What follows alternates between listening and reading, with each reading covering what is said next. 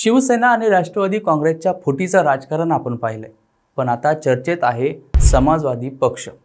छोटा पक्ष असला तरी त्यातील अंतर्गत भांडण एवढ्या टोकाला गेली आहेत की तोडफोड होणार का अशी चर्चा सध्या महाराष्ट्रात सुरू आहे। एकीकडे मुंबईतल्या मुस्लिम मतदारांचा ठराविक गट अबू आसिम आझमी यांच्या मागे उभा असतो, तर दुसरीकडे रईस शेख हे तरुण आमदार आक्रमक भाषणशैली, संघटन शक्ती आणि स्थानिक पातळीवरील मजबूत पकड यामुळे स्वतंत्र ओळख निर्माण करत आहेत। पण आता हेच दोन्ही नेते समोरासमोर उभे ठाकले आहेत। तणावाचं कारण नेमकं काय आहे? वार्डाच्या राजकारणापासून ते काँग्रेसशी वाढलेल्या संबंधापर्यंत अनेक गोष्टी बाहेर येत आहेत। अबू आझमींच्या वाढदिवसाला रईस शेख हजर न राहणं, कार्यकर्त्यांना सूचक बहिष्काराचा इशारा देणं आणि त्यानंतर अबू आझमींनी दिलेलं प्रत्युत्तर हे सगळं महाराष्ट्राच्या राजकारणात नव्या वळणाची चिन्ह आहेत। महाराष्ट्राच्या राजकीय रंगमंचावर अजून एका फुटीची नांदी सुरू झाली आहे का? चला तर मग समजून घेऊया वादाची मूळ कारणं, त्यामागची राजकीय समीकरणं आणि पुढे याचा परिणाम कोणावर होणार आहे ते। नमस्कार, मी सूरज कांबळे आणि तुम्ही पाहताय सत्य पे सत्ता, म्हणजे थोडक्यात पण महत्त्वाचं। महाराष्ट्राचं राजकारण म्हणजे युती, आघाडी, फुटी, बंडखोरी आणि नव्या समीकरणांचा खेळ।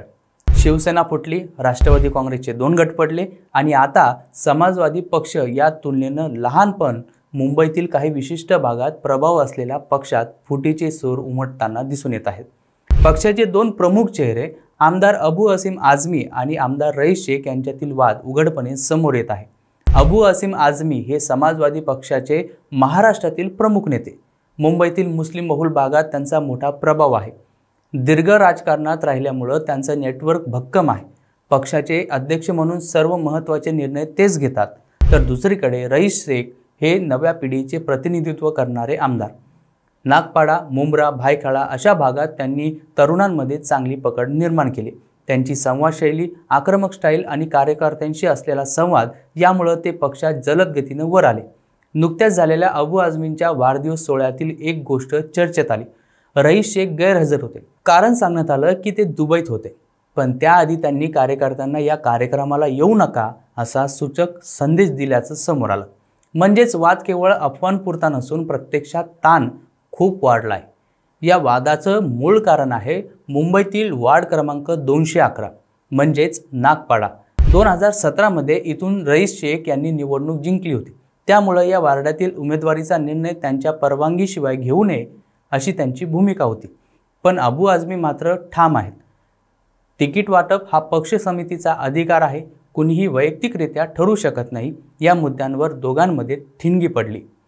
वाद अधिक वाढला तो रईस शेख यांच्या काँग्रेस नेत्यांशी वाढलेल्या जवळीकीमुळे।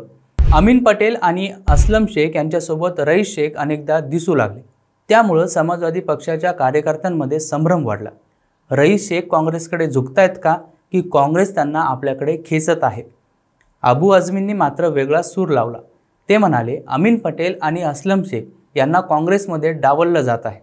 उलट त्यांनीच आमच्या पक्षात यावं, म्हणजे काँग्रेसमधून नेते खेचण्याची त्यांची तयारी दाखवली आहे। हा थेट संदेश रईस शेख यांनाही होता की पक्षाचा निर्णय घेताना केवळ तुम्हीच नाही तर इतर मोठे चेहरेही आमच्याकडे येऊ शकतात। या सगळ्या वादामुळे कार्यकर्त्यांचं मनोबल दिवसेंदिवस खालावताना दिसून येत आहे। काही कार्यकर्ते अबू आझमींच्या अनुभवावर विश्वास ठेवतात, तर काहींना रईस शेख यांचं आक्रमक नेतृत्व हवं आहे। आगामी मुंबई महापालिकेच्या निवडणुका लक्षात घेतल्या तर हा गोंधळ पक्षाला मोठा फटका देऊ शकतो। जर या पक्षात फूट पडली तर त्याचे परिणाम काय होऊ शकतात ते देखील जाणून घेऊ। जर समाजवादी पक्ष फुटला तर त्याचा थेट परिणाम मुंबईतील मुस्लिम मतदारसंघावर होईल। काँग्रेसलाही त्याचा फायदा होऊ शकतो, कारण फुटलेले नेते त्यांच्याकडे येण्याची शक्यता निर्माण झाली। शिवाय भाजप आणि इतर पक्षांनाही अप्रत्यक्ष फायदा मिळेल, कारण मताचं विभाजन झालं की मुख्य लढाईतील स्पर्धकाचा फायदा होत असतो। अबू आझमी यांनी स्पष्ट सांगितलं, रईस शेख नाराज आहेत, पण नाराजी दूर केली जाईल। मात्र त्यांची ही भूमिका खरी समेटाची आहे की फक्त वेळ मारून नेण्याची, याबाबत कार्यकर्त्यांमध्ये साशंकता आहे। रईस शेख सध्या तरी उघडपणे काही बोलत नसले तरी त्यांचा काँग्रेसची वार्ता संपर्क हे चित्र अधिक गुंतागुंतीचं करतोय। राजकारणात छोट्या फुटींचा परिणाम मोठा असतो। शिवसेनेची फूट कशी महाराष्ट्राच्या सत्ता समीकरणाचा बदल घडून आणली हे आपण सगळ्यांना बघितलंय।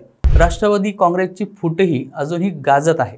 अशा परिस्थितीत समाजवादी पक्ष फुटला तर मुंबईतील काही महत्त्वाच्या मतदारसंघातील समीकरणं बदलतील। हे मात्र निश्चित. शेवटी प्रश्न असा की हा वाद समेटाकडे जाणार की फूट होणार. महाराष्ट्राच्या राजकीय इतिहासात आपण पाहिलं की कोणताही पक्ष फुटला की त्याचा फायदा दुसऱ्या कोणाला तरी होत असतो. समाजवादी पक्षाच्या या वादात काँग्रेसला नवी संधी दिसते, तर भाजप आणि इतर पक्षही शांतपणे बघतायत. रईस शेख यांच्याकडे तरुणाईचं समर्थन आहे, तर अबू आझमींना अनुभवी नेतृत्वाचं बळ आहे. जर दोघांनी एकत्र राहायचं ठरवलं तर पक्ष अजून मजबूत होऊ शकतो. पण जर हा वाद तसाच वाढत गेला तर फुटीचं ढग टाळता येणार नाही, हे तेवढंच कठीण आहे. आज महाराष्ट्रातला मतदार बदलतोय, त्याला स्थिर नेतृत्व हवं आहे, भांडण नको. समाजवादी पक्षातील हा संघर्ष फक्त एका वार्डापुरता नाही, तर येत्या निवडणुकांमधला मोठ्या समीकरणांचा संकेत आहे. अबू आझमी आणि रईस शेख यांनी जर एकत्र बसून मार्ग काढला तर पक्ष वाचेल, नाहीतर इतिहास सांगतोय फुटलेले पक्ष जास्त काळ टिकले नाहीत. आता बघायचं आहे की महाराष्ट्राच्या या राजकीय रंगमंचावर तिसऱ्या फुटीचं नाटक घडतं का, की शेवटच्या क्षणी पुन्हा समेट होतो, हे येणाऱ्या काळात स्पष्ट होईल. अशाच नवनवीन माहितीसाठी पाहत राहा सत्य पे सत्ता, म्हणजेच थोडक्यात पण महत्वाचं.